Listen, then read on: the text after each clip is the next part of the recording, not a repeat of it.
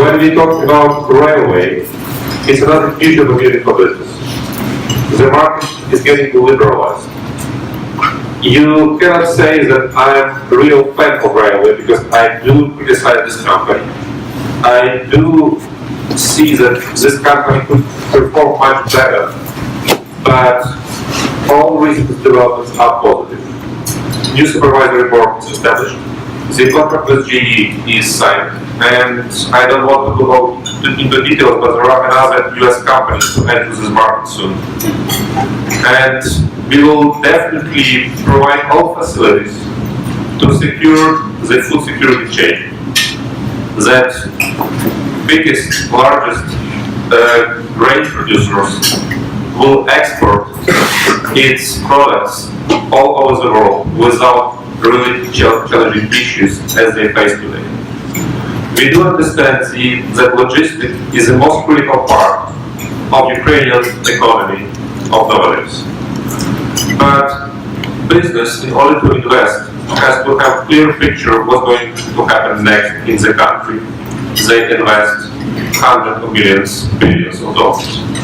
We do give that picture, maybe among first ministries in Ukraine. It's called Drive Ukraine 2030. Transport strategy for Ukraine for the next 12 years is developed, presented, and approved by the government.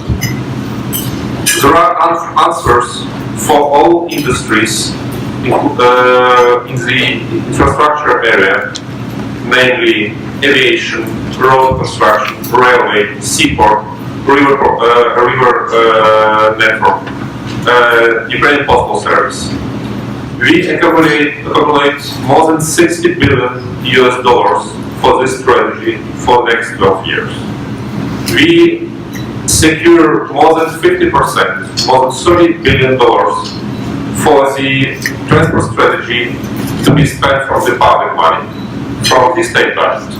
And we are looking forward to get FDI's concession, PPP, to make real added value for the country and for the business.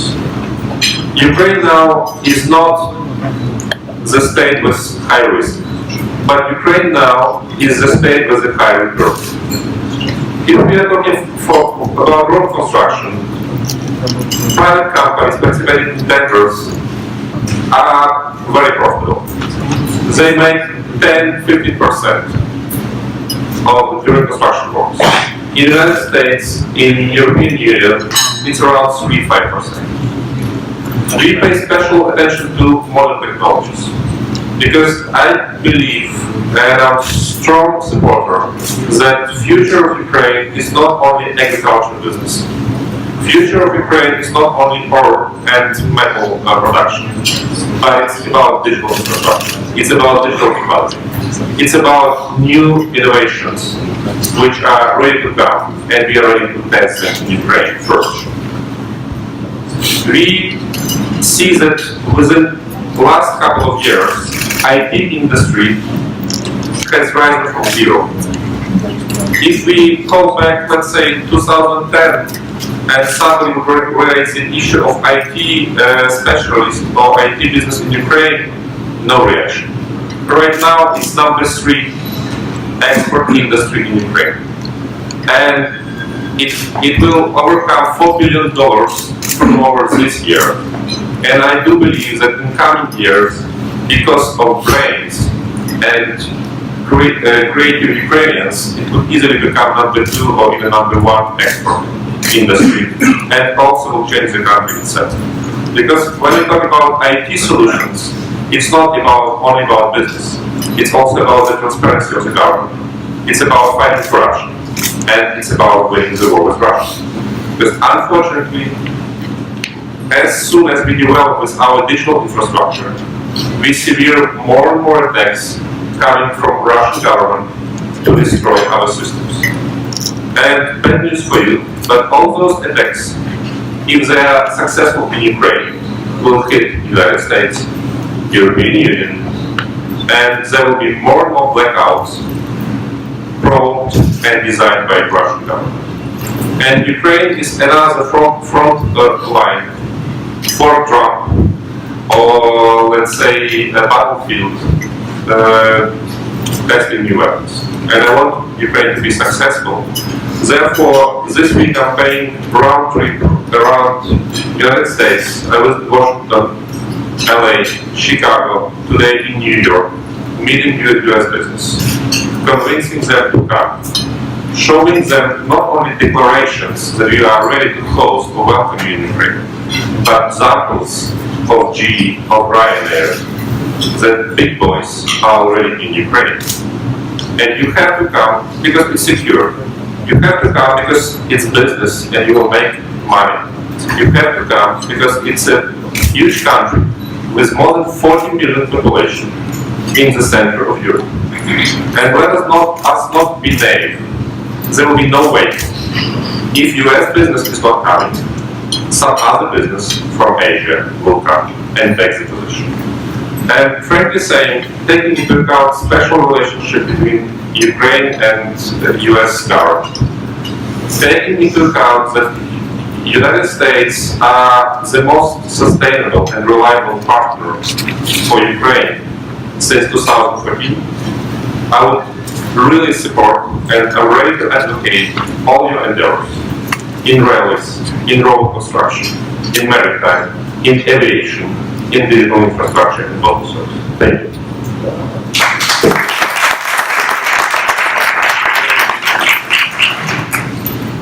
Very much. Thank you very much, Minister. We've had to host you again. We hope to do it in Washington.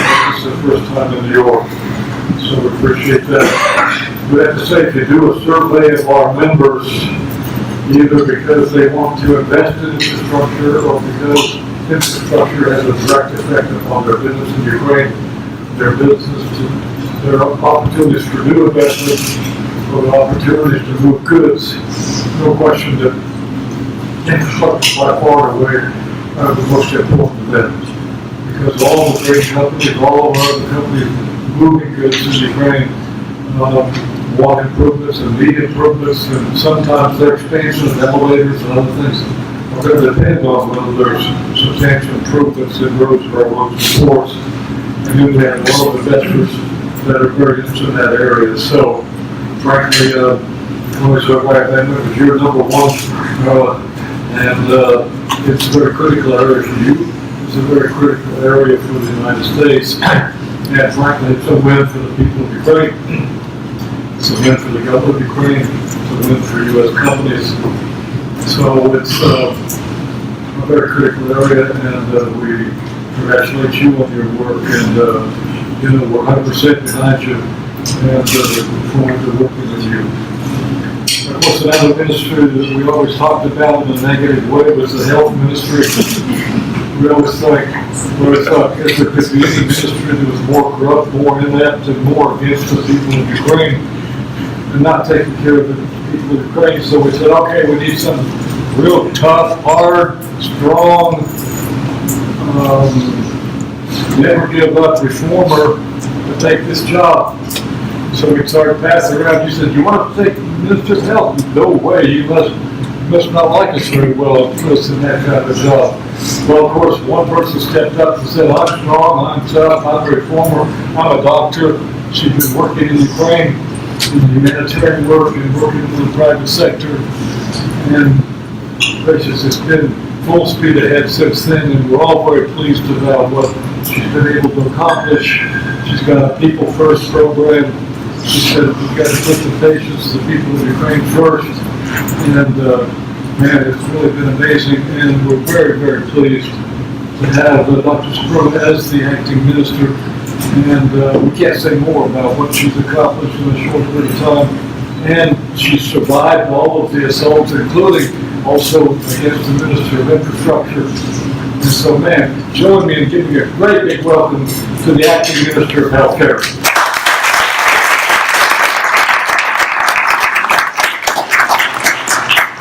Thank you very much. Thank you, Morgan. Always pleasant to hear nice words like that from you. For those of you that might not know me, I am a U.S. born and raised and trained physician. My parents left Ukraine when they were children. After World War II, they were forced to leave because of the Nazis and the Soviet system. Their parents had been involved in the underground in Ukraine, and I was raised in a family where my grandfather didn't even take U.S. citizenship, because the idea in the family was we were waiting for Ukraine to be free again and come back. So I say I returned to Ukraine, even though I was born in the United States, because the mentality in my household where I was growing up was that we were temporarily in the United States getting ready to go back to Ukraine. So my husband and I, Marko, who many of you know, right, applause, moved to Ukraine in 2013, right at the beginning of the Revolution of Dignity. Afterwards, we founded an organization called Patriot Defense. When the war started, we were training in tactical medicine and providing first aid kits to the troops on the field.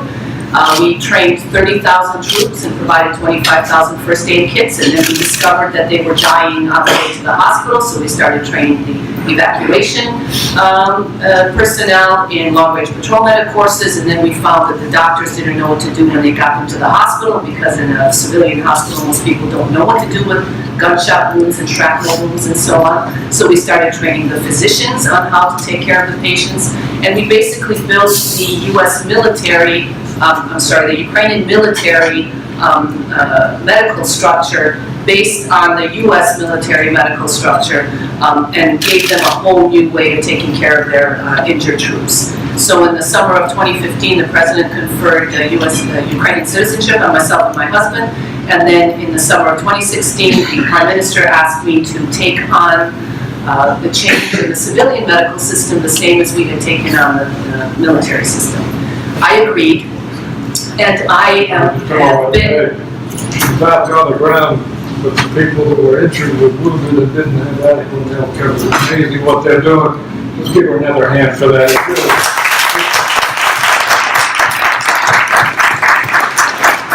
And as you see here, it says acting Minister of Health, right?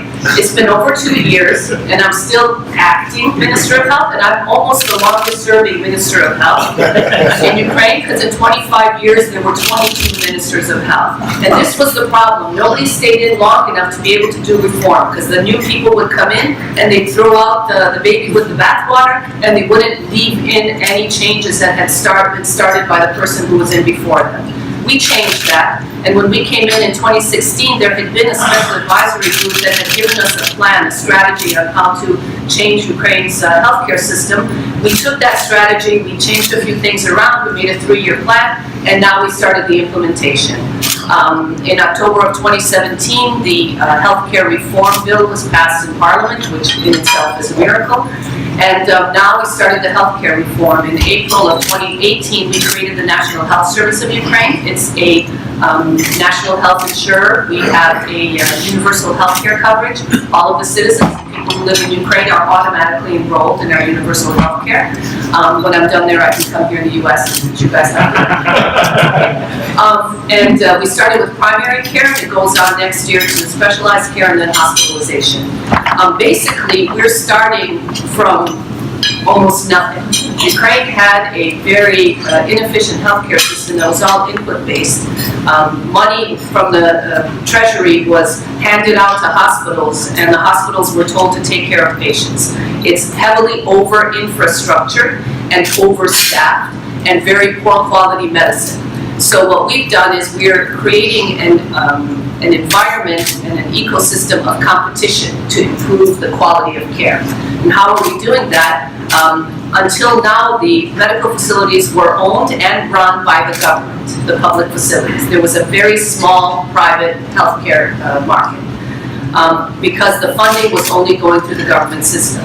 So what we've done is we allow and are actually requiring the medical facilities to become nonprofit corporations. They continue to be owned by the local government or the national government if it's a national hospital, but they become nonprofit corporations, and they now can run their facility more as a business rather than as a government structure. Until now, hospitals could not lease medical equipment. They had to procure it, purchase it. You couldn't outsource food procurement or laundry services. You had to do everything in-house. Now that the hospitals and the medical facilities are becoming nonprofit corporations, there's this whole new industry opening up to provide services for those hospitals. The other change that we've done is in the past, the hospitals were run by chief doctors. That's a physician who was put in charge of the hospital. Now, I can tell you that as a physician, we don't study that kind of stuff in medical school. So most of them are not that good at management. And what we've done is we've changed the management structure. So we're now having CEOs of hospitals, and then medical directors who will be taking care of the medical portion of the hospital. A third big change that we're doing is the way we're procuring services. We're now procuring services at the level of the hospital. We do national procurement of medicines at this time, but once the hospitals take over procuring of services, they will be procuring medicines, pharmaceuticals, and medical devices for their patients. It'll be included in the price of the service. They will then need help in procurement processes. We're creating a strategic procurement agency that will help them, but what it'll do is it'll really ease up the constrictions that we have right now in the procurement of medicines and medical devices. And we've done a few things which will help to standardize the way the process will be performed. And the last really big change that has to do more with business is one of the biggest changes that happened in Ukraine is that we are allowing private facilities to sign contracts with the national health insurer. So the national health insurance will pay for services whether it's in a public hospital or a private hospital, as long as the private facility agrees on the tariff that the national health insurance will pay. Well, in Ukraine there was a lot of doubt about that the private facilities won't take part in it. Our first step was to have patients sign up with their family physicians, and starting in April of this year, we opened a program called Choose Your Family Doctor. Until now, Ukrainians were assigned their physician by their location of where their registry was, so their registration process. We threw that out and said Ukrainians can pick any family physician or pediatrician for their child anywhere in Ukraine. Once we gave them that freedom, in the first 6 months, 18.5 million Ukrainians have already chosen their family practice physician or their pediatrician, which is almost 50% of the population. It's an amazing amount. The people of Ukraine need this change. The next portion is the physicians are now paid by the number of patients they have on a capitation basis. So physicians who were making 4,000 or 5,000 hryvnia a month are now making 16, 17, 18 to 20,000 hryvnia a month. Huge change in their amount of pay. In the past they were paid salary, now they're paid per patient. And what this has done is it has created competition amongst the primary care physicians. In the past, they wanted the least number of patients as possible because patients were almost in the way. They could sit in their office and get paid their salary without having to ever even see a patient. Now they compete amongst themselves to get as many patients as possible because it also helps to increase their pay. Another good change that's happened is that since we allowed private facilities to also take part, about 1/5 of all of the practices that have signed up to the health insurance at this point are private facilities. Nobody believed the private facilities would come, but they, as you probably all understand, that having a guaranteed income with a guaranteed number of patients is better than the questionable, maybe someone will come and maybe they won't. So we've really had a very great improvement in working together with the private healthcare industry. All of this is based on an electronic health system, an eHealth system. We created our own eHealth system based on the same methodology that Prozoro was created. We had a consortium of business, government, NGOs, and developers that came together and created the basic platform. And what we've done is the very beginning is the healthcare facilities sign into the eHealth program. They sign up. Their doctors are all listed there. Then as patients sign up, they get attached to a doctor in the eHealth system. The next step will be e-prescriptions, then e-referrals, then an electronic healthcare record. All of the healthcare record will be in electronic form. What we have is we have the government platform, which exists at the level of the government. The data is actually owned by the patient, not by the government, very important. But to enter into the eHealth system, there are medical information systems, or HISs or MISs. Those of you who've been in healthcare know what that means. That's the entryway into the public system. So what we are doing now is expanding very quickly in our electronic health system. And as Volodymyr was saying, there's a really great opportunity when it comes to all digital health. I was recently in London and Manchester. There was a digital health conference there. Amazing work that can be done. First of all, we think about apps for your phone or telemedicine, but actually one of the biggest things that eHealth system helps with is data.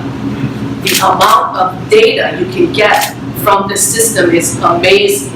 And what you do is if you depersonify the data so that there isn't any personal information, there's so much you can get that has to do with healthcare, with the types of disease processes and so on, but also very much to do with what markets are necessary, where are the needs, and what can you do. And that's really one of the major things that at the NHS, they look at their data systems because they're pretty well developed when it comes to electronic health. So what does Ukraine need? Ukraine needs healthcare management. In the United States, there's an understanding that healthcare is a business.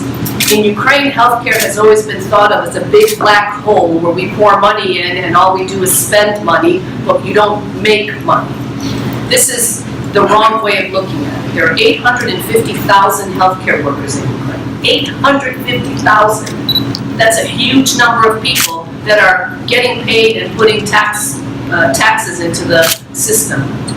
They need to have the facilities and they need to have the support that they need to provide healthcare for Ukrainians. Number one, we need healthcare management because there is no healthcare management in Ukraine. And as I was saying this morning, it's kind of like the chicken and the egg. There were no educational programs for healthcare managers because there was no need for healthcare managers in Ukraine. So do we wait until we educate a bunch of healthcare managers and then change the way the system runs, or do we create the need? And now there are a whole bunch of business schools and MPA and MBA schools that are starting to produce healthcare managers. However, I know the model in the US. There are a lot of healthcare management companies that run the hospitals for local governments. That's the model that I see can be invested in Ukraine because we don't have any model like that. The second thing that we have a big necessity for is reprofiling of our healthcare facilities. We have about 800 hospitals in Ukraine. We only need 100 hospitals. So those 700 hospitals have to be changed into something else. They have healthcare workers, but we need to reprofile those hospitals. We don't have nursing homes. We don't have long-term care facilities. We don't have rehabilitation centers, and we don't have hospices. But those 4 areas are covered 100% by the healthcare insurance. So it's guaranteed coverage by the government insurance on facilities that don't exist. Huge potential to bring in nursing home, long-term care facilities, or rehabilitation centers. Again, networks of them throughout the country. Another big need for us is, of course, as in any country, is medicines. In Ukraine, we only have about 19,000 pharmaceuticals registered. Germany has 40,000. We have a reimbursement program where for the first steps of our reimbursement program where cardiovascular disease, type 2 diabetes, and bronchial asthma patients receive their medicines with a prescription at no cost to the patient or with a small copay. That never happened in Ukraine. 97% of people were paying out of pocket for all their medicines in a pharmacy. So just in the last 2 years, with the help of our Prime Minister, 𝐕𝐨𝐿𝐴, this was one of his programs that he was very excited about, we started this reimbursement program. And now, again, there is guaranteed funding by the government, 1 billion hryvnia every year, that goes into this reimbursement program. There's also 5.9 billion hryvnia for national procurement of medicines. We need more medicines to be introduced into Ukraine. We need more pharmaceutical companies and international distributors to come in and help us provide medicines for our patients, as well as clinical studies and clinical trials. Ukraine has a huge population that is really ready for these clinical trials, and there hasn't been enough of an investment in that in Ukraine. And then lastly, what I want to talk about is the employment opportunities. When you come into Ukraine and you open your business, which I hope you will, investing in Ukraine, in the past there's always been a problem of what do we do with healthcare? Because those of you who have business in Ukraine, you know that you often will either pay for private healthcare or your employees really have a very hard time with it. What we are doing with the national health insurance is we're providing health care for those people. However, if you do invest in private insurance, and that will be expanding more and more in Ukraine, because the government can only cover the services that it is able to cover with the amount of funding that we have, private health insurance will be expanding, and if you provide private health insurance for your employees, you will get tax benefits, because those employees will no longer need to be using the public health system. So those are the kinds of things that are a benefit to you as a business to come into Ukraine when the healthcare system is improving. I'm going to Bali next week for the World Bank General meeting. They have an annual meeting. I'm going to Bali next week, and you think, why is the acting Minister of Health going to a World Bank meeting? The World Bank has instituted a new index called the Human Capital Index. This new index foresees that if a country has 5 particular indicators and they improve on those indicators, they can grow their GDP by 1.5% per year. Those indicators are all, 3 of them are healthcare and 2 of them are education. We're no longer talking about only investments in the sense of money. We're talking about investing in the people, in the human capital of your country, and to let your country grow. So we need your investment in our healthcare system so that we can invest in our people. Ukrainians die on average at 10 years younger than our European neighbors. We die of diseases that we shouldn't be dying of anymore. Things like measles, things like tetanus, because of a low vaccination rate. There are a lot of problems that there are in Ukraine, but those problems, in my eyes, are opportunities. Because they're opportunities for us to solve those problems and for us to work together to solve that problem. And it's a win-win situation. The people of Ukraine win and the business wins. So I hope that some of this that I've told you has been news for you, and some of it has already been known, and that it may make you think a bit about the fact that healthcare actually is an investment opportunity and not only a big black hole where money is poured into. Thank you all for listening to me, and I hope that we can talk to each other a little bit afterwards. You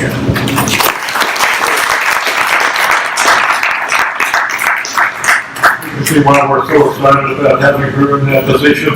And she came to me not too long ago and started talking to me about healthcare as an investment. This is important as railroads and buildings and ports.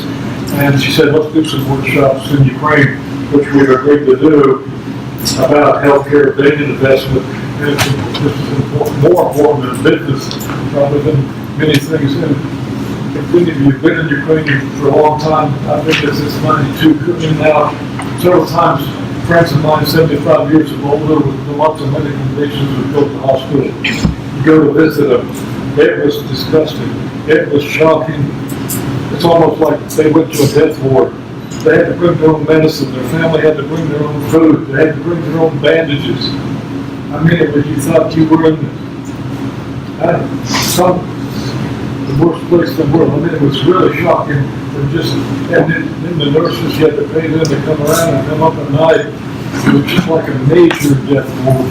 It was so depressing and so shocking, and so many changes are needed. We had Dr. Kloss with us, the Chief Medical Officer of President of Carolina. She's going to have to leave early. So any comments from you and your understanding about what Ukraine needs? Is she still here? Or did you leave? Oh, I think you just left. Okay. We also, before we go to the next speaker, we also have Paul Burkhead here from Eli Lilly. Eli Lilly is a major pharmaceutical company.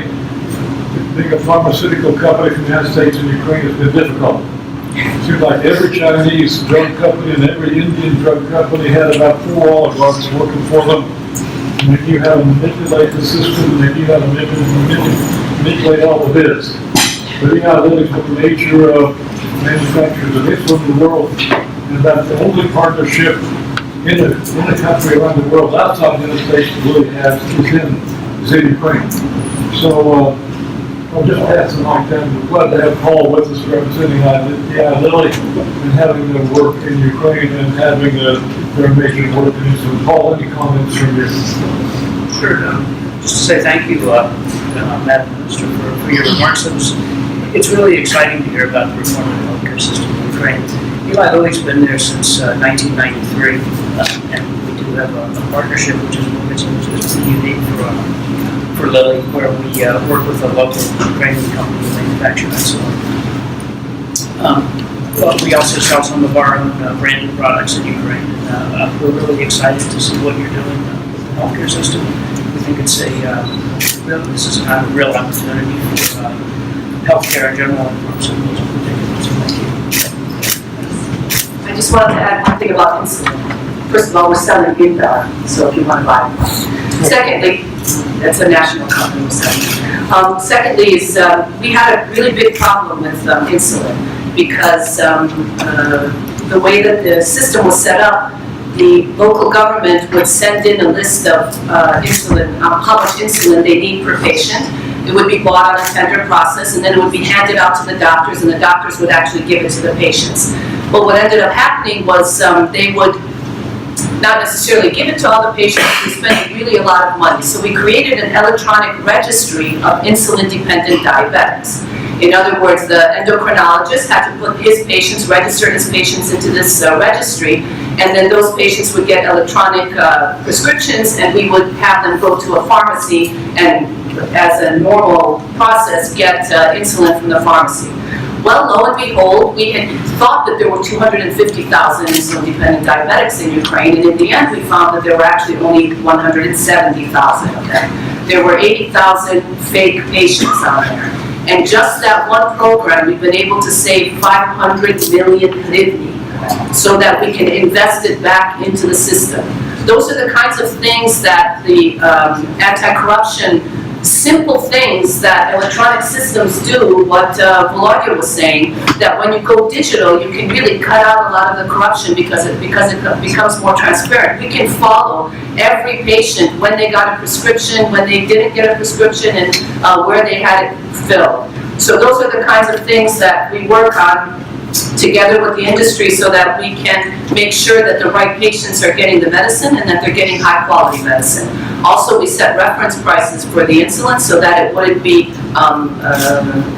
too high reference prices, and all of the manufacturers have been really good about coming in under those reference prices. So thank you very much. One of the major areas African Americans have been involved in the last 20-some years has been healthcare. Major health out of Philadelphia area, New York, Detroit, Chicago, and others. But man, it's a long struggle. They've been working for years. So we need the triple and quadruple support for Ulana and the healthcare reform in Ukraine. So hope all of you will consider this in your humanitarian program, in your corporate responsibility program, and encourage all your Ukrainian Americans to double their efforts because we're just begun. So it's a critical area. Next we have a communications expert, editor, co-author, he's on the public council of the Committee for Freedom of Speech in Nevada. He was holding the city of Kiev, and on February 4th, 2015, he was appointed to the Ministry of Information Policy as the Deputy Minister. So we're very glad to have him with us. Very glad that he's in charge now, promoting Ukraine at home and around the world with the Need of Ukraine program. Arnold, thank you very much. Let's welcome Arnold Badenko.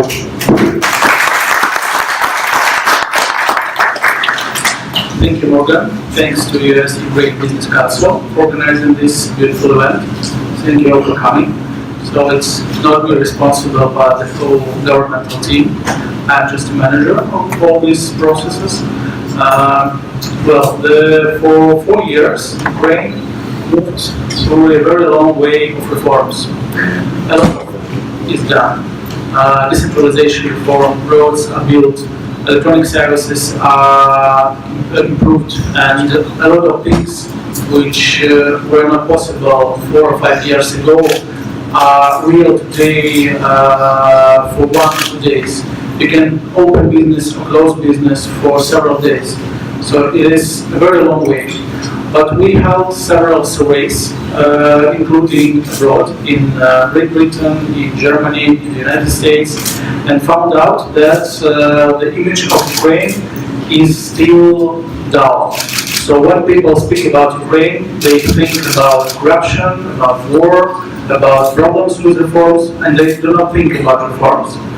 But still, for us, it is very strange because we who live in Ukraine, we see this long way of improving the lives of ordinary people and doing the steps we needed for 25 years.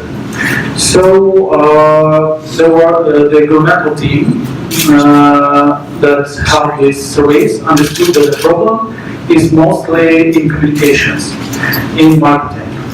And we decided that Ukraine needs more aggressive and more marketing-oriented approach to communications abroad.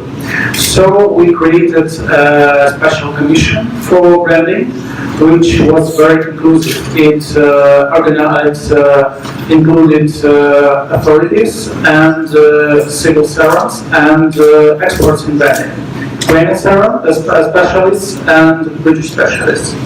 And after a year of work, of surveys, of focus groups, we had this Ukraine Now image, branding strategy, and communication strategy. And for the last half of the year, we began promoting Ukraine as one-way policy, as the country of opportunities, country where people love freedom, where people love, where people can go out and stay for freedom, and where people want to live in other ways they lived before. So it is not only about Euro integration, which began in 2014. It's more about human rights, about possibilities to live in more free and potential world. So Ukraine Now is some, as I have said, aggressive and more marketing way of showing Ukraine. But it is also some way of communicating with the world. So we started with such meetings all over the world in different countries, so that the whole team, governmental team, could speak of and show what is going on. So you can ask questions and have answers about how you can earn money in Ukraine, how your money could be safe in Ukraine. And now I would like to show you a short video about how we see Ukraine and how we'd like you to see Ukraine in future. Ukraine is now, and now is special. It's a turning point. It can't be now and now. You can't show it, you can't touch it, but you can feel it. Now, and now. Another win, another doing, another little step further. Now is wow. Now is pow. Now is how the heck you did it. Now is energy. Now is growth. Now is startups. Now it's 5 billion good IT. Now it's not about plans. It's about actions, about people who are ready to take actions. Ukraine Now is a young nation. And you know what? We're only getting started.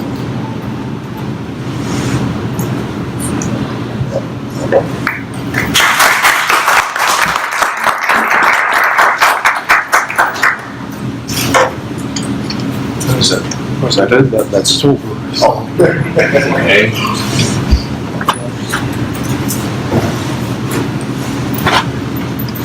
All right, thank you very much. Now we know you got this program. Need some help with the lotto or the Ministry of Finance to get more money to promote Ukraine around the world. Talk to us because it's very important. And it's very important that the world knows the major investments that are there. Several years ago, the Ukraine government said, let's go on Ukraine and the United States. So they wanted to say, okay, we got these star athletes, we got skiers, we got boxers, we got artists.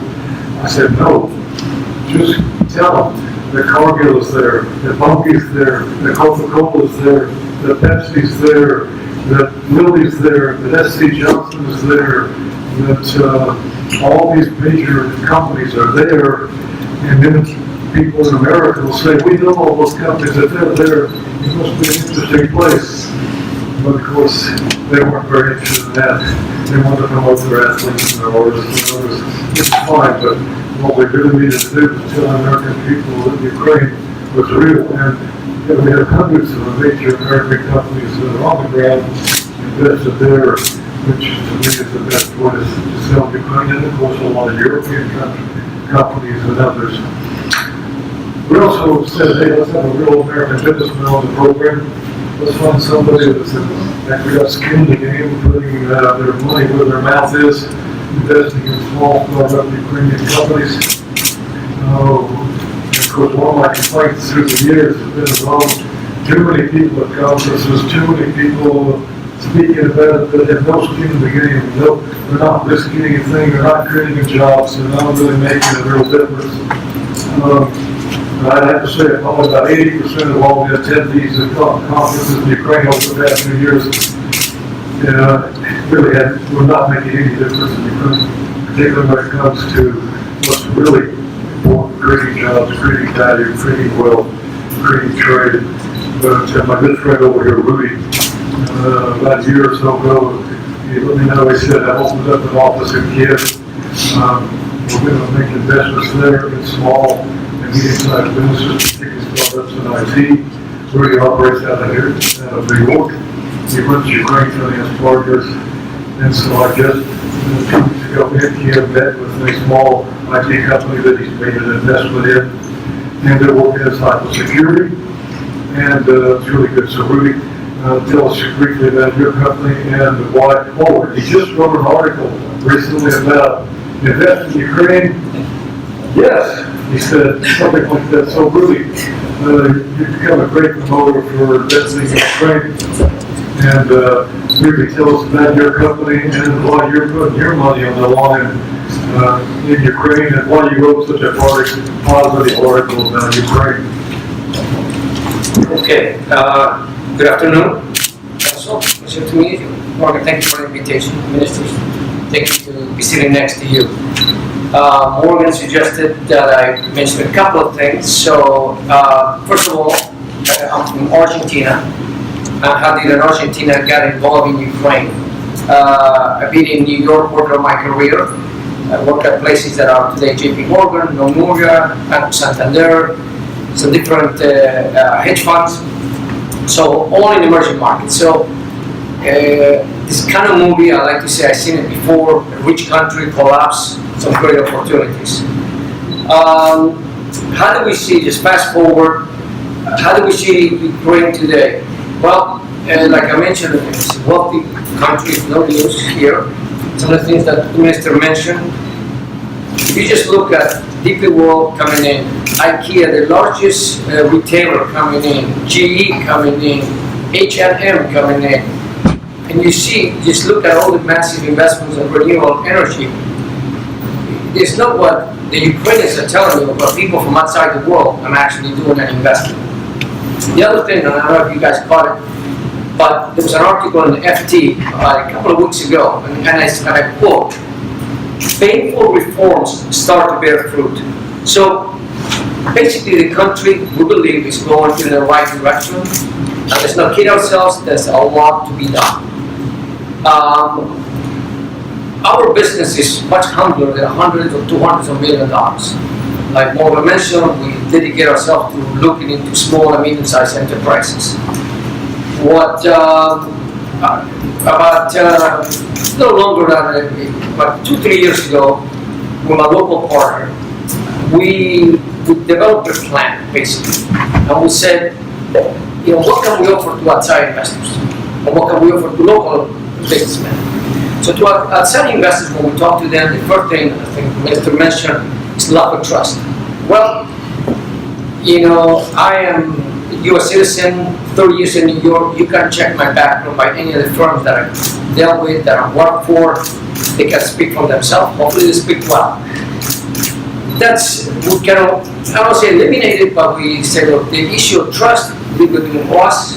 We will do exactly what we tell you we're going to do. The second issue that came up is a local presence. My experience in emerging market is that you must have a local presence. In Ukraine, even more. We have a local presence. My colleagues been there for combined about 3 years. We have expertise, we have local contacts. So combined, we felt that we were offering investors an advantage, an edge. Saying you have a certain degree of trust, and we have the local presence. To the local, what can we offer to the locals? Well, and I think more you make reference to one of our companies, it's a cybersecurity company, it's called RMRF. It's not so much that we'll bring some capital, but we'll bring Western expertise. It's not that we are smarter, but we bring a certain attitude and level of business how we like to do it here in Wall Street, or in New York, or Western. And we help them in every aspect. We help them if their website is not up to speed, we tell them how to help them. If they need office space, we help them. If they need corporate governments, we tell them what we expect. If we have access, for example, this company, they are talking to a couple of government agencies. They work with the local police in Kiev, and they prevent a certain attacks. We open the doors in the states for them to present themselves. We're partners. Morgan asked me if we need to be a majority owner. We don't. But we need to have ability to see everything and ability to have a veto power on every major or medium-sized decision that they make. That so far has worked. They appreciate that. We need to be with people or companies that appreciate what we bring in. Some companies say that we are too intrusive. That's fine. There's nothing wrong with that. But we'll pass on those ones. We need the companies that are willing to work and totally open to us.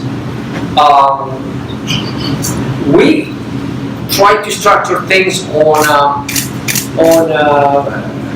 the capital structure. We try to structure things with credit, with equity kickers. The reason is because we want the owners to become billionaires of these companies.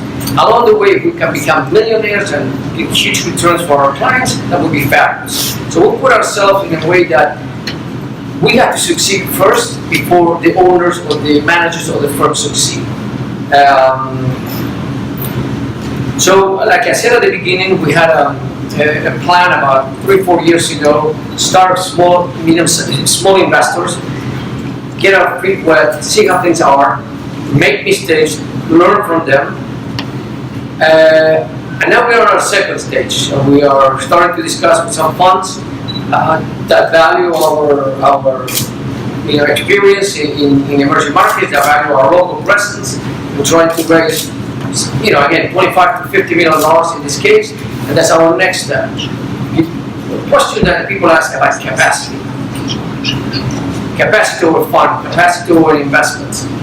Ukraine has hundreds of millions, if not billions, in capacity to invest. If you take nothing else from this meeting today, I would take 2 thoughts. One, Ukraine is a country going in the right direction that has more compelling opportunities than capital. And again, Ukraine is a country going in the right direction that has more compelling opportunities than capital. If you're in infrastructure, you know where to go. If you're in healthcare, you know where to go. If you are in agriculture, no matter what it is, I will humbly suggest that you go over there and don't listen to anybody here. Just test yourself by yourself. The second point is you need to go. These meetings are informative. I might sound good or bad. From your point of view, and I used to work in some large funds. And you can look at my bios. You have two mistakes that you can make. You can get on it, you can say, you know what, I'm not sure, I keep reading and I don't go to Ukraine, and Ukraine takes off. And you miss the boat. There's other mistake you can make. You go to Ukraine, you spend 10 grand on a trip back and forth and investigate, and you know what, it wasn't exactly what it was supposed to be. I'd rather make the second mistake. If you're a fund, if your clients have money, if your clients are in the business of asset managers, I will tell them that. What mistake do you want to make? Go to Ukraine, visit, talk to people. When I go, and I had nothing to do with you, but again, no, what I'm going to say is that when I travel to Ukraine, you see it. Your eyes see the infrastructure needs of the country. There is a place, there is a piece of the road between Kiev and Kharkiv. You need a kidney belt to go to that road, okay? Point being, there's a lot of opportunities, regardless of your industry. Anyway, those are my 2 cents. Thank you very much for the opportunity.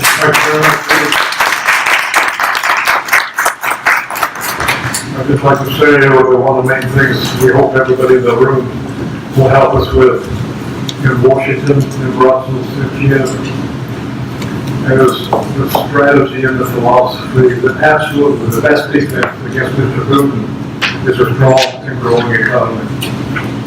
The best offense for Ukraine in keeping the West and the EU and the United States involved is a strong and growing economy. It's a no-brainer that most of the politicians in Ukraine don't really act like they know that the best defense against Mr. Putin is a strong economy.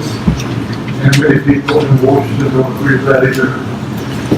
The U.S. Ukraine Business Council actually is one of our strongest jobs in Washington to keep business on the table.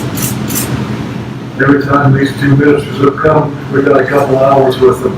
We try to take all the top people in Ukraine, sit down with business and talk for 2 hours, because all the rest of the time is spent with law, politics, government relations, foreign policies, and this and that and the other. And I have to say, in the last 20 years, 95% of speakers at all programs related to Ukraine and Washington have never created a job, have never put a penny on the table in risk in Ukraine, have no idea about what it really takes to build a strong and healthy economy so you can have a good healthcare system, so you can create jobs. Ukraine needs tens of thousands of jobs, and good jobs. And we've got to keep business much more on the agenda with the top politicians, and in Washington, and in Ukraine, and in the EU, and most of the people around the table represent business. You know what I'm talking about. It's very critical. And that's why I'm very biased toward people who put their money on the table, who take a risk, who create a job, who hire people, who create benefits for those people. And one thing about U.S. companies, not many of the major companies left when Mr. Putin invaded. They had to readjust, they had to kind of slow down, but they all stayed in the long run. And it's amazing, you know, how many of them did, with all the employees that were in the conflicted area. Many of them moved out of there. Many of them found other jobs for them. Many of them provided special benefits for them. So the humanitarian work in Ukraine by U.S. corporations after the revolution of dignity was really amazing. They stepped up to the table. They said, these are our people, these are our workers, these are our employees, we're investing in them. And they got caught in this unfortunate conflict. One of the major companies invested hundreds of millions of dollars in Ukraine over the last 25 years is 𝐕𝐨𝐥𝐸. 𝐕𝐨𝐸 is a major agricultural business. They built elevators, they built export elevators, they moved grain. They help Ukrainian farmers get the highest value possible for their products.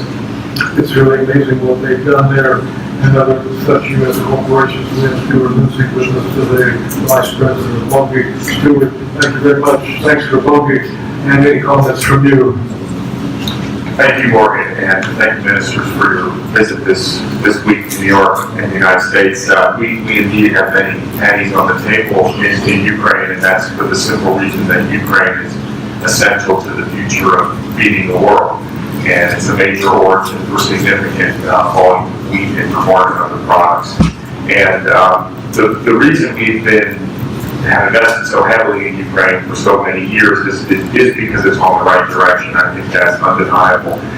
The liberalization that we've seen minister in the infrastructure section has been critical to the success of the industry and to our ongoing optimism. The reduction in port duties is a key example of that, and much appreciated by the business community, and really quite essential to ensuring Ukraine's competitiveness with other origins for these crops. It's a hyper-competitive industry that we exist in, and it's actually a very interesting moment in that changes in policy and trade in certain places present new opportunities for Ukraine, accentuated opportunities that should be taken advantage of. Another example is the deregulation of the 𝐂𝐫𝐭𝐞𝐦 channel that we've spoken about before, and that your office collaborated on to a great degree. And pleased to hear that you support the continuing of those reforms. That provides a lot of liberalization and a key infrastructure node. And it's important not just to the grain industry, but to a variety of industries on the channel. We were considering additional investments in Ukraine, some of which I can discuss. We'll break ground on a new corn mill later this year. Some we're still in the process of researching. And some of those could be helped, obviously, by additional reforms. The draft law on inland rivers logistics is a key one, and we would certainly support or would be pleased to see the support for that and have a vote taken on that soon. As Morgan mentioned, we've been in Ukraine a long time, and our commitment is to stay there. It's an exciting market for us, and it's a place where we found that the persistence and collaboration with the government and our partnership has been a very rewarding process for us, and we're excited for more. Thank you very much for your kind attention today.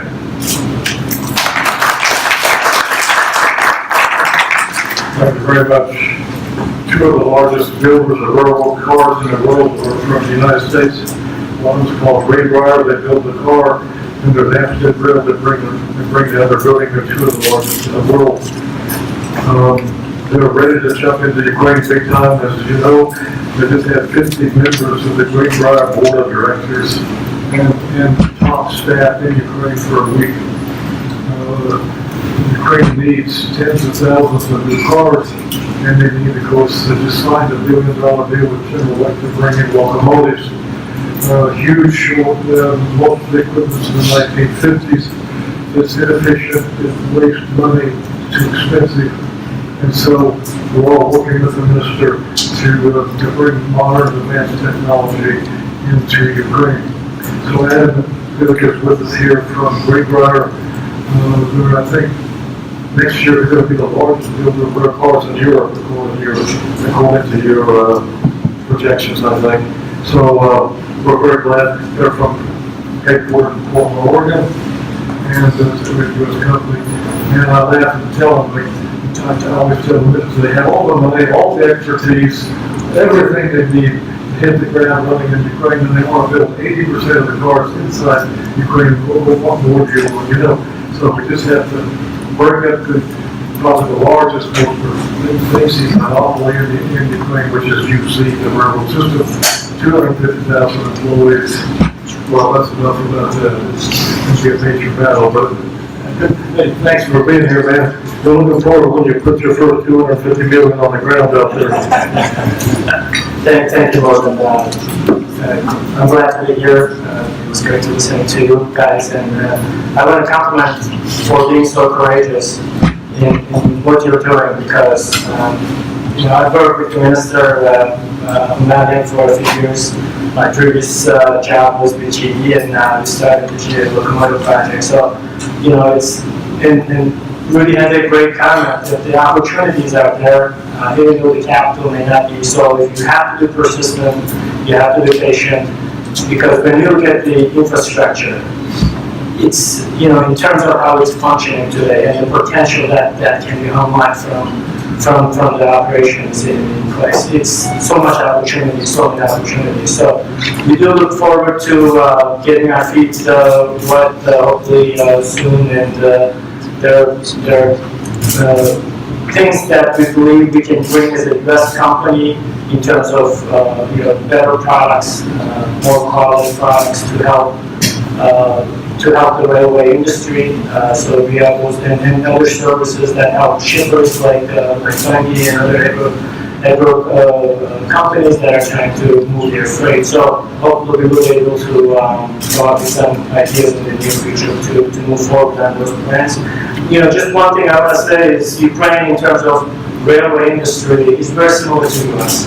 We're moving large quantities of goods, and the way the operation can be set up is very similar based on our experience and our expertise, so we're ready to help and support the industry in that sense. So, the more I believe we can contribute to '𝐬𝐲𝐫 in that area, I believe we can help make change more feasible and more quickly.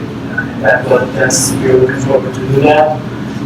As Morgan alluded to, we brought our entire work to Ukraine. That shows our sort of interest level for the country, and hopefully Brian will become a partner with you for the long run. We look forward to that. Thank you very much. Most of you may not know about the Holtec company down in New Jersey, one of the world's largest builders of nuclear waste fuel facilities. It's an amazing company that has signed an agreement in Ukraine to build a $500 billion nuclear waste disposal facility, totally out of their office in New Jersey. It has a U.S. OPIC overseas private investment corporation unit building a $250 million political risk guarantee, and right now, for the last 25 years, Ukraine has been shipping all their nuclear fuel waste to Russia, paying Russia $200 million a year to store it. Once this facility is done, Ukraine is going to be able to stop shipping nuclear fuel waste to Russia and stop the $200 million that's all going to be built with technology of probably the world's most advanced technology out of New Jersey. And of course, most of you know Westinghouse, with the support of the U.S. government, 15 years ago, developed the first nuclear fuel not produced inside Russia. Westinghouse now has 45% of the nuclear fuel business in Ukraine. Russia still has 55%, unfortunately. But Westinghouse has signed an agreement with Ukraine that in case of force majeure, they will take care of making sure Ukraine has all the nuclear fuel they need. And for those of you not aware, 60% of electricity in Ukraine is produced by nuclear fuel. Westinghouse says we can build small nuclear reactors in Ukraine now, and so it's amazing what's going to be happening in two areas where Ukraine was a few years ago 100% dependent and subservient to Russia. There's only one airline in the world that flies nonstop between Kiev and New York and Kiev. They've been on members for a long time. They now also met with their president several years ago. He said, we want to fly nonstop to Toronto, we want to fly nonstop to Chicago, Los Angeles, maybe Houston. That's Ukraine International Airlines. Greg Truman is the full-time representative of UIA here in the United States. Greg, thank you very much, and we look forward to when you start that U.S. nonstop Chicago, nonstop San Francisco, and we're glad you're now also flying Toronto. It's a major sub-part of the United States. Oh, I didn't say that. Greg, hey, thanks for being here, and we're glad. There was an American airline, there were two permits, one to Delta and one to UIA. UIA has kept up with Delta abandoned it. If you see your Delta friends, please urge them. Well, wait a minute. Greg doesn't need compensation. I'm sorry. Good afternoon, Morgan, ministers, distinguished guests. Thank you very much for having us here. We do indeed have daily nonstop service from New York, so I couldn't agree more with what Rudy said, that you need to come experience Ukraine, see what it's all about, see that it's a very young, energetic community. For a country of its size, it has the highest literacy rate in the world, so it's a very educated community. It's young, people want to grow, people want to help. The ability to communicate between the U.S. and North America, actually, and Ukraine grows every single day. UIA is flying for the good of Ukraine. We encourage you to fly our airline whenever possible. Certainly, if you want to avoid those kidney bumps, so the Minister of Infrastructure can smooth out some of those roads, we do fly to Kharkiv and to other cities in Ukraine. So again, thank you very much. We appreciate the support, and Morgan, thank you again for inviting us.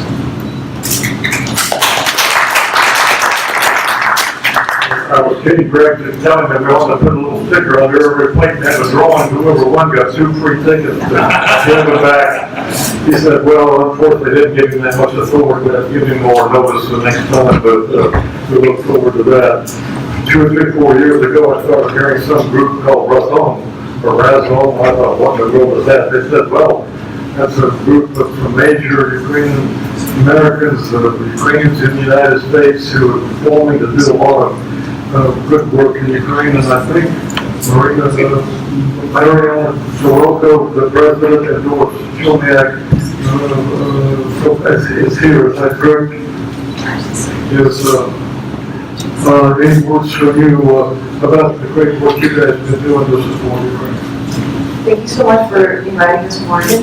My name is Maria Soroka, and I'm the president of 𝐕𝐨𝐥𝐸. We're a US-based nonprofit here in New York, in Philadelphia, and in Washington, D.C. We do a lot of work in Ukraine. We're trying to be the bridge between Ukraine and the United States when it comes to charity projects. We have one project that has to do with education in medical field in Ukraine. We also support and promote Ukrainian culture in the United States. We were just hosting a few events during the New York Fashion Week with a lot of Ukrainian fashion designers, which was wonderful. And again, just to echo to a lot of things that people were saying, it's extremely exciting to see what's happening in Ukraine. And I'm very proud to be a Ukrainian American living in New York, bringing all these amazing people to the United States, and just to show off, to be honest. I was born in Ukraine, and I moved here with my family when I was 14. And I'm 30 now, so I've lived in Ukraine and in the United States half and half. It feels like this is the time now, and just look at this table. It's really crowded, which is very exciting to see. So hopefully in the future, there will be a bigger room for these kind of meetings. And again, thank you for inviting us, Morgan. Hey, thank you guys for all your great work. Yeah, okay. Minister says he needs to leave. He's got some people want to visit in Ukraine, so we don't want to go there. So, yeah, give your comments before you leave. Yeah, thank you. Morgan, unfortunately, as an old bureaucrat, I have to stick to my agenda and I have to leave. I just made 2 comments I would like to draw your attention to. I joined government in 2000, so it's almost 20 years ago, and I've seen a lot of governments of Ukraine and a lot of presidents of Ukraine.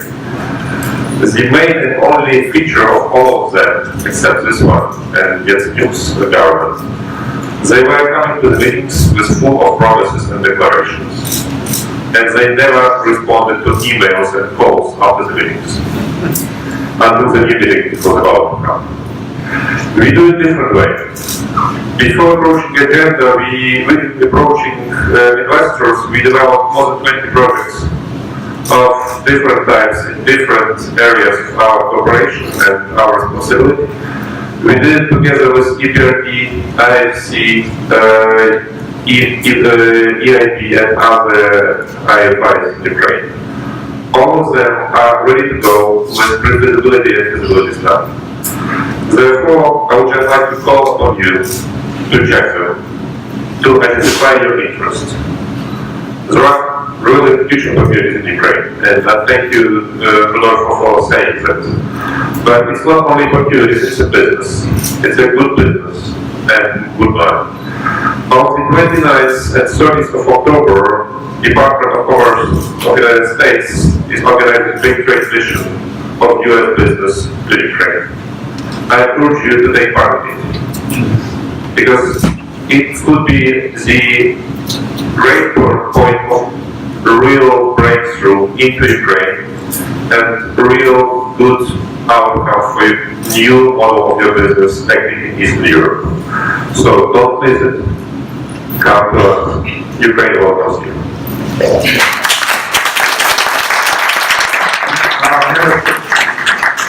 So we're back in Ukraine in 2 or 3 weeks, and then we're going to present you with the list of the 10 following things that need to take place you know, then put their 250 million in there. They'll be fairly easy, and if Richard can come in by Christmas, you will have made all those changes, so they're not going to start in there. Thank you for your commitment.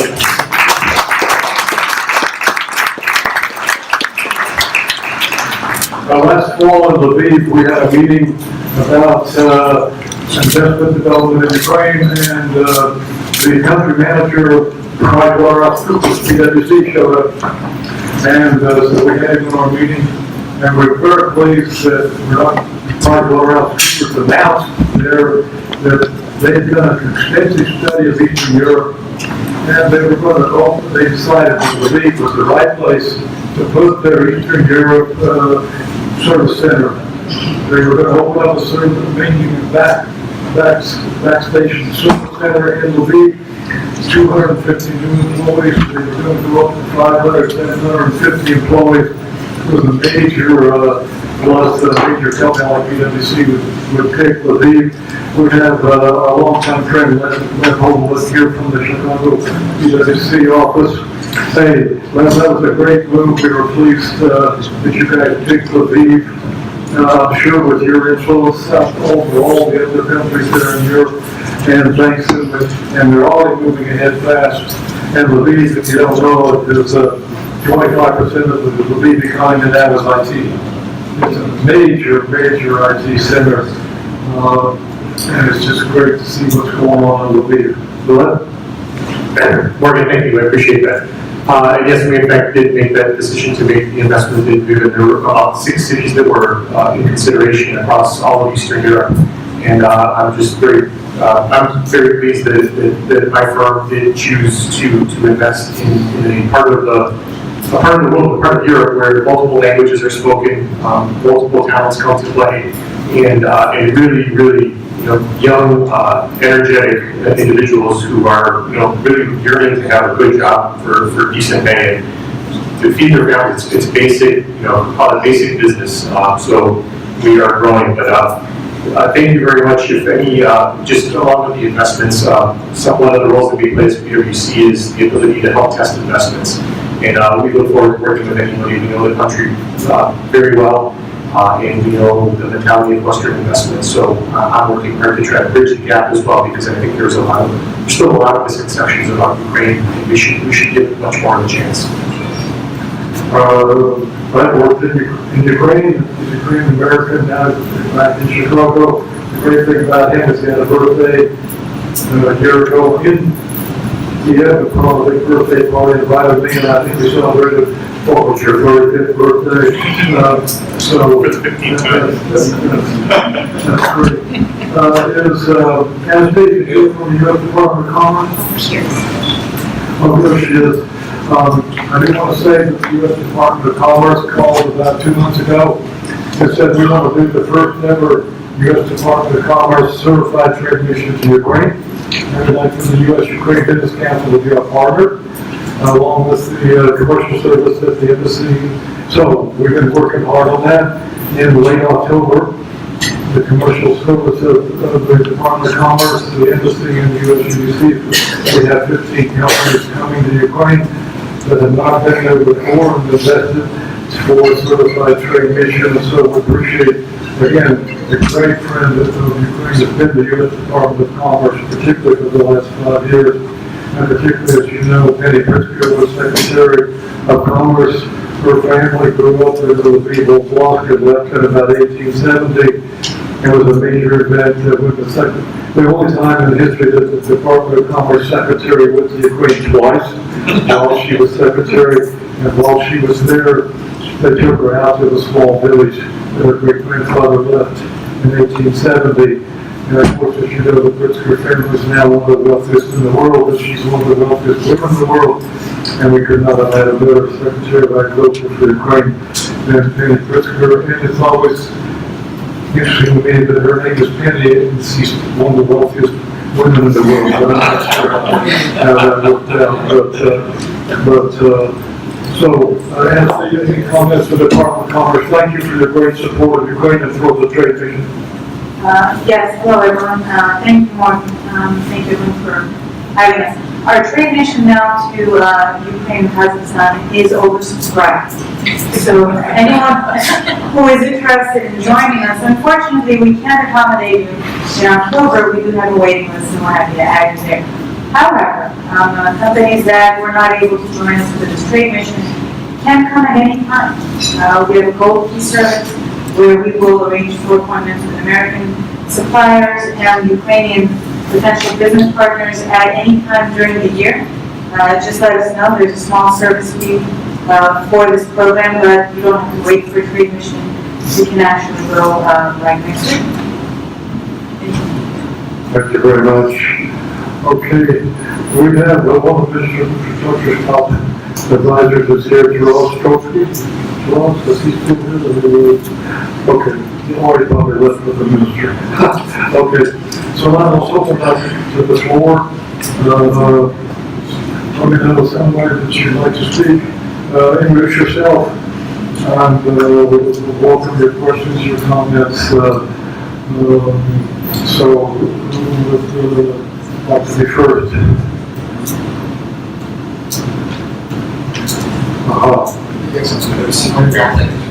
Hands up down here. Hello. Thank you, Darren. The question to the acting minister. Introduce myself. My name is Vladislav Davison. I'm a journalist and editor of a magazine in Ukraine, professor here, and I'm an analyst in Ukrainian politics. So maybe a little specialized question, but maybe interesting to others. My colleagues here. By the way, I want to back up the amazing work that acting minister Suprun is doing. I talked to your colleague Brian. I socialize with some of the people who work for you. It's amazing what you've done. No one has done as much. It's the biggest reform probably in any sector of Ukraine since independence. And it's a very difficult sector also, as far as I understand. But my own relatives who are in Odessa, who are the older generation, older than 70, are difficult for older Soviet-born people who don't see the amazing work that you're doing and results yet. So it seems to me that you've not done a good enough job telegraphing to them all the remarkable things that you're doing to institute reform. They'll watch TV and they'll ask me why this wasn't in America, making it impossible for me to get healthcare, making it more expensive. And I'll argue with them for an hour and a half, and they'll still be repeating television slogans that make sense. So, Thank you for the question. We're slowly moving forward with healthcare changes in Ukraine. Those people who have signed up with their family practice physicians, their primary care physicians, have seen the difference in the care that they're getting. We haven't even started changing specialized care or hospitalization, and we're, as usual, the government in place is getting blamed for all the mistakes that have happened in the government for the last 25 years. So people are complaining that healthcare is bad, now blaming us instead of seeing the fact that healthcare has been worsening for 25 years and we're only taking first steps to improve it. Secondly, as most of you probably know, most of the television and media stations are owned by oligarchs who don't want to help Ukrainians to understand that positive changes are happening. Those are difficult problems that we have. It's just a media issue, but it is difficult to get the truth out into the media very many times. So we appreciate when we have partners who tell the truth, and we often tell people to not listen only to what's being told on television or what they perhaps read in some of the not very truthful media outlets, but instead to go directly to the source, which is looking at the Ministry of Health's website or looking at my Facebook page and reading where the truth is so that you can read it. Like people say, you're closing all the hospitals. We haven't closed anything. And when I asked them, well, what do you mean? Which hospitals? Well, they said it on TV. I said, we haven't closed a single hospital. But you will be. Like, well, we're not. If the Constitution doesn't allow us to, we may be reprofiling, but we're not closing hospitals. But they told us on TV, and that's what I believe. So it's difficult. My husband, Marco, often likes to say, I don't know how many of you have been in Egypt and have seen the Sinai desert. It's not very big. I mean, we drove across it in a day. And for some reason, the Israelites wandered the desert for 40 years before they got into the promised land, right? I mean, how lost can you get? One direction is water, the other direction is Egypt. Go north. So the thing is that what they needed to do is they needed to basically get through 2 generations to get the slave out of their society.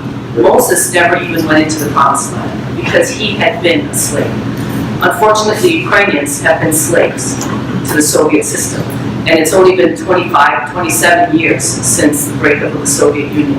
I hope it doesn't take 13 more years, but I can say that my chief of staff is 25 years old. He was born in Ukraine. He's completely different than your relatives in Odessa. He believes in what we're doing, and he knows that what we're doing is the right thing. So some of it is age, some of it is openness, some of it is a lack of information. It is difficult for us to get information now, but we've actually had quite a bit of help from USAID, Deloitte that gets contracts from USAID and from the European Union so that we can do as much as we can when it comes to information. And although there are a lot of misinformation about people's knowledge of healthcare reform, because most recently there was a USAID-sponsored social polling done by Rating Group, and when they asked them which reforms they knew the most about, healthcare reform was the highest out of all of the reforms. So we may not have reached 100% of the people, but we've actually reached about 65% of the people. And the fact that 18 million people have already signed up with their family doctors proves that we've at least reached 18.5 million people in Ukraine because they know what they need to do next. Thanks. Thank you. I don't know, 7 or 9 months ago, we've been to U.S. companies that were in Ukraine talking about highway construction and the need for better runways at airports and the need for better highways. We said, hey, we'd like to work with you. One's in New England, one's in Texas. They both said they'd join quickly. Both of them flew in for the meeting today. We have 𝐀𝐫𝐭𝐞𝐦 here and BAB Corporation. Let's see, Ronnie, where's Alexander? He's still here. Okay, give the mic to Ronnie real quick. We're going to need to close here, but Ronnie, hey, thanks for your interest in Ukraine, and thanks for coming in for the meeting today. Thank you, Morgan, and thank you for inviting us to this event. It's very encouraging what we hear with the reform, things happening in Ukraine, and we're looking forward to continue our efforts and to be part of the road construction and the development. Definitely, we do have great interest, not just to sell our product to Ukraine or to be used on the road. We do have an interest to expand our business and possible for manufacturing in Ukraine.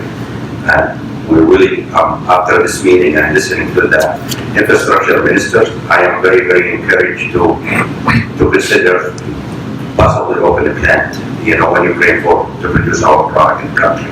Because I can see it can be a big opportunity. Thank you very much. Thank you, Mark. Thank you.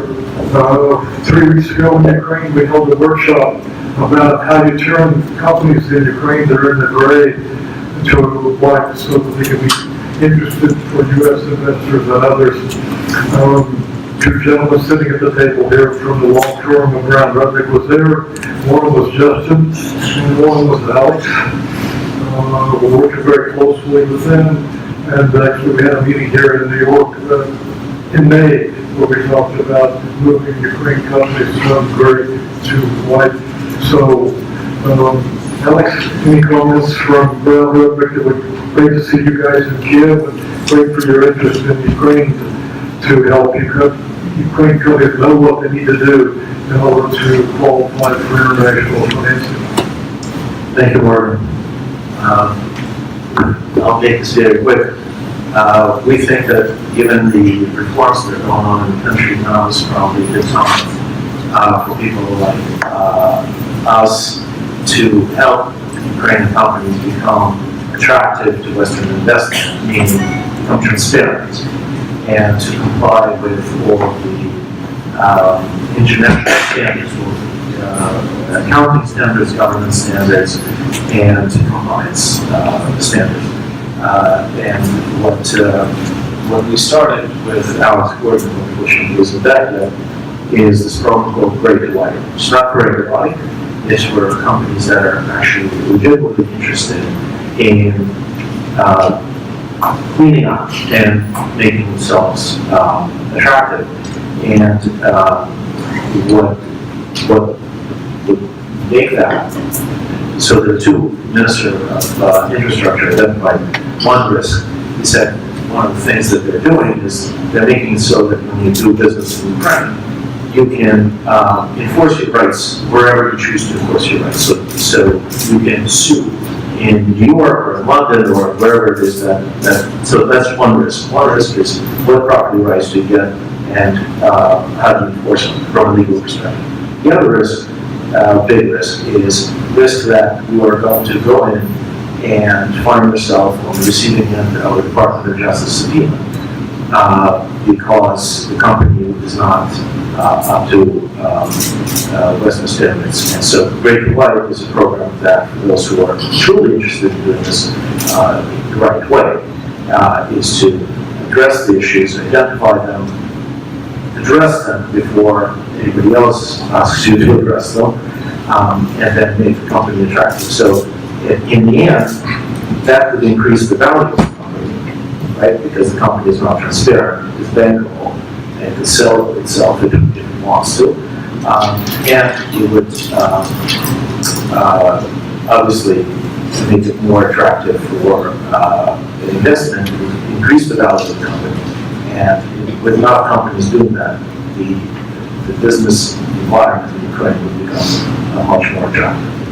Thank you very much. About 3 years ago, Slava Johnson, the Ukrainian American woman from Chicago, who had been in Ukraine for many years, took over as the head of the Western NIS Enterprise Fund.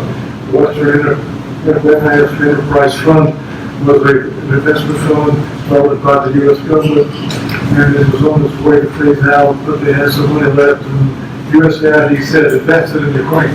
She took it over, and one of the best programs she started was the Ukrainian Leadership School. She started the Ukrainian Leadership School, and they rented a big facility to educate, and they started out picking like 50 students, young people in Ukraine who were potential leaders. They brought them in for a whole year for special leadership training.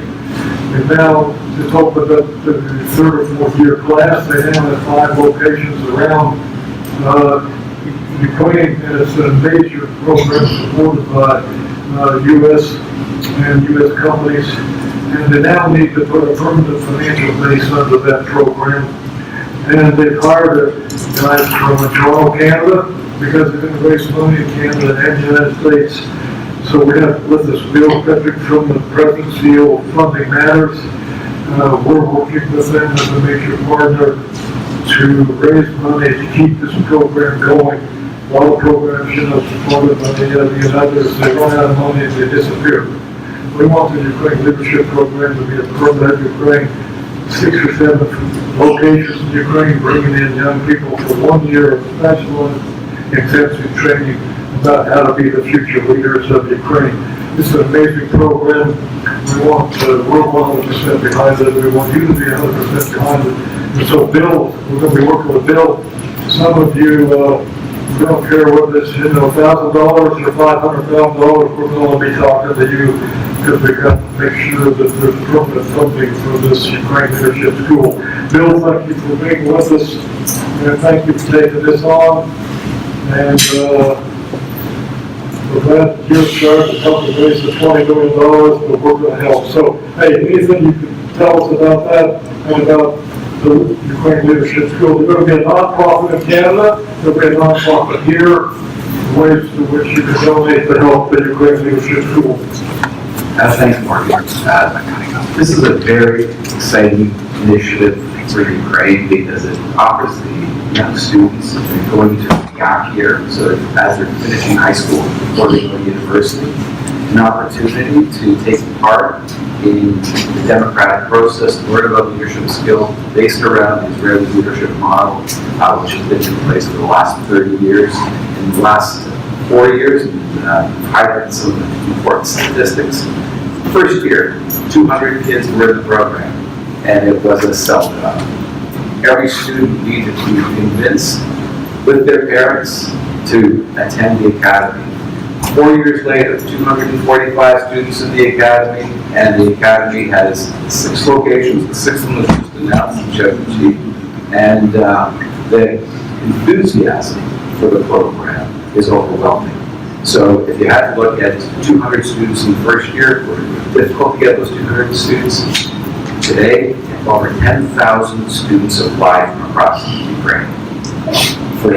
And of those, 3,740 applications were vetted 3 or 4 times with interviews with the individual students to determine that they were the right people to be coming into the academy. These students have now gone. The alumni network is strong. They're forming student unions, student governments across Ukraine, expanding to other universities where they're attending. So there's a movement afoot, and the bet was that Slava and 𝐒𝐦𝐴 made was it's easier to shape and mold the minds of young people than it is to change older people's ways of thinking. So I think we look forward to working with you. Our friend Walter Zarowski is down there at the table.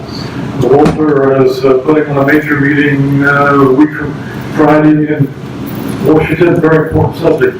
Connections between the Ukraine defense industry and the U.S. defense industry. And this is a major area for moving forward. We're very pleased that at the meeting with the President last week, the head of 𝐴𝐻 General was there from Indiana. You may not know 𝐴𝐻 General, but whenever I introduce him, I just say, Mr. Humphrey. The U.S. government's been shipping a lot of Humvees out of Indiana to Ukraine, and the President of Ukraine thanked the U.S. government and Humvees for the number of lives they saved, and the U.S. Coast Guard just gave 2 more ships to the Ukraine government, and we've got to get a lot more cooperation between the defense industry in Ukraine and the defense industry in the United States. And so, Walter, thank you very much for putting on this major conference. I look forward to being a major partner with you. I appreciate that you for the plug, and it's General Lamazade put it best. The Ukrainians have, in the last 4 years, learned a great deal, unfortunately, about modern warfare, and they have a lot to give to the European and Euro-Atlantic community in terms of their knowledge. And I think the cooperation between the military-industrial complexes of the West and of Ukraine are going to be an opportunity for both countries, both from a national strategic point of view, and unfortunately, even from fortunately, at some point also from my business point of view, because they have got a lot to learn from each other. And I invite everybody, if they can, next week on October 12th, we will be doing something called Taking Measure of Ukraine and Ukraine's military and military-industrial resources. So I invite everyone to Washington on Capitol Hill, and if you can make it, it would be awesome. It's open to anybody who is interested. Okay, thanks. Thank you very much, Mark. Thank you, Walter.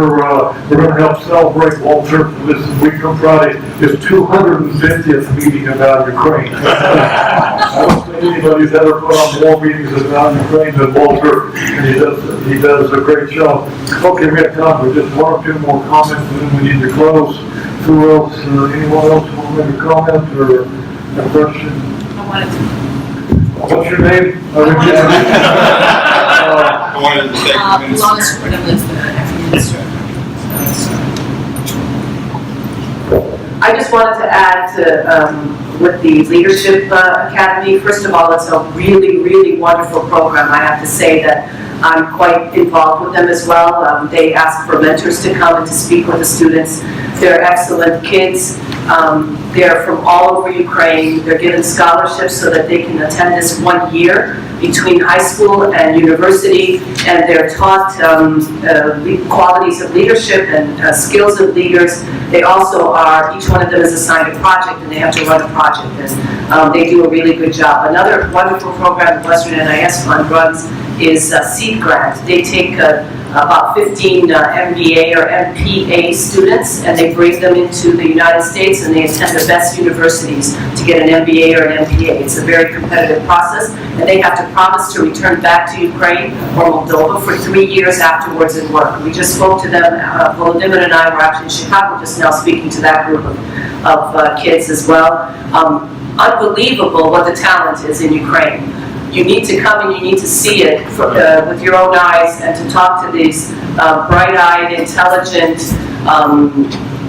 people that are ready and willing to learn and to move forward, and true patriots of Ukraine who want to stay in Ukraine and build their own country and not necessarily leave and go work at other countries. I have a question for you. I'm a business partner of 𝐁𝐢𝐝𝐿. He's a big fan of yours. He played business news. We just met with more than a couple of weeks ago. So I have a question actually for you. This program is fantastic, but what about the current Ukrainians, Ukrainian Americans already have MBAs, already looking for some opportunities in Ukraine? It's not that simple to get in the circles where you can find your right fit, because you know how it works in the Ukrainian government. It's an uncle or friend or father-in-law, sister-in-law, that's how it works. There's so many friends of mine who graduated from the best MBA schools in the United States and looking forward after 15, 20 years to come back and do something good for Ukraine. Actually, that was my first step when I invested in Ukrainian business news, and we're working on the positive news about Ukraine, because all people thinking is just negativity, nothing else about Ukraine, but there's so much going on. What about people who have been established and graduated and looking forward to come back? And I have a few friends of mine who've been I don't even know, there is no program such as, so what is your advice for people on that? Thank you. Well, I can give some advice, and I think that the Ministry of Information can give some advice as well. Many of the new institutions that are forming in Ukraine, when it comes to the National Health Service of Ukraine, which is part of our ministry, or say the National Anti-Corruption Bureau of Ukraine, or other institutions, are now not appointing the managers and the deputies, but they are going through a selection process. It's actually based on merit, no longer based on who you know, but it's based on what you know. It's a big difference to what happened in the past. Say when we had our National Health Service of Ukraine, we had the selection process. It was an open selection process, and the person that ended up winning the selection process was the manager of one of the largest and most successful private hospital systems in Kyiv. And it was a completely open and transparent system, and it was all based on not who he knows or who he's related to, but it was based on his skill level. Those kinds of opportunities are present in the government in very many places now, because it's a much more open and transparent system. When it comes to business, I think that needs to be discussed more with the business associations that are in Ukraine. That we have two U.S. Business associations. We also have European, British, and so on. And I think that those places are where there are opportunities to talk to a large number of businesses and be able to ask them what positions are available. I believe that there is one problem that we need to tackle in Ukraine, and that is the difficulty in either dual citizenship or in pensions coming from other countries, or the more liberalization to have people live in more than one place, work, bring their skills back into Ukraine, and be rewarded for it rather than punished for it. So I think that we really need to take on a little bit more of the European manner in this, in that we recognize that people may want to come back. They're not going to give up everything that they had accumulated over the last 20 years if they've been working in the United States or Canada or somewhere in Europe, and allow them to come back and work full-time in Ukraine in whatever position they would want. Although I would encourage you to also think about starting new businesses and not just entering into already established businesses, because there are great opportunities right now in Ukraine to do so. Well, I don't think that nepotism is a great problem now, especially in these new organs, new authorities. A lot of young people work, but there is a big problem of salaries, because in Ukraine officials have salaries like $1,000, $2,000 is like that maximum. So for MBA graduates, it's not enough. For Ukrainian managers, for Ukrainian professionals, it's very good salary, but not for American MBAs. And we are going through a transformation of the government system, where we are now establishing, instead of departments, we have directorates with directorate generals and expert groups and heads of expert groups. And we're recruiting people from outside of government to take those positions, and those salaries are much higher than what the normal government salary is. So we are now recruiting new people, and say in our ministry, we have 72 positions for these agents of change or agents of reform. We've only filled about 32 of them because we're being very selective in our selection process to make sure we're bringing people who have the unique knowledge that's necessary to do the reforms in Ukraine. Say, there has never been a national health insurance in Ukraine. It's a very small health insurance industry. Most Ukrainians don't qualify to head up an insurance, national health insurance, or to work within a reform system when they've never experienced that reform. And so we're looking for people coming in from the outside to return and at least spend a few years and have the experience of creating a brand new healthcare system, something basically from the ground up. And hopefully in 2 or 3 years from now, we'll be able to show that we've created something brand new. When we meet with the WHO or with World Bank, they tell us that they're going to have to throw the book out when it comes to reforming healthcare systems, because it usually takes 5 or 10 years to do so. We're doing it in 3 years. We need to close. Dennis is our good friend from the consul's office. Chris Giles over here is one of our attorney friends, one of our members. So, Alexa, you came to New York at the right time. There's a new optimism, there's a new momentum, and so we look forward to working with you. Thank you, Autumn. Thank you, Ulana. And see that sign back there? 1, 2, 3. Ukraine now! 1, 2, 3. Ukraine now! 1, 2, 3. Ukraine now!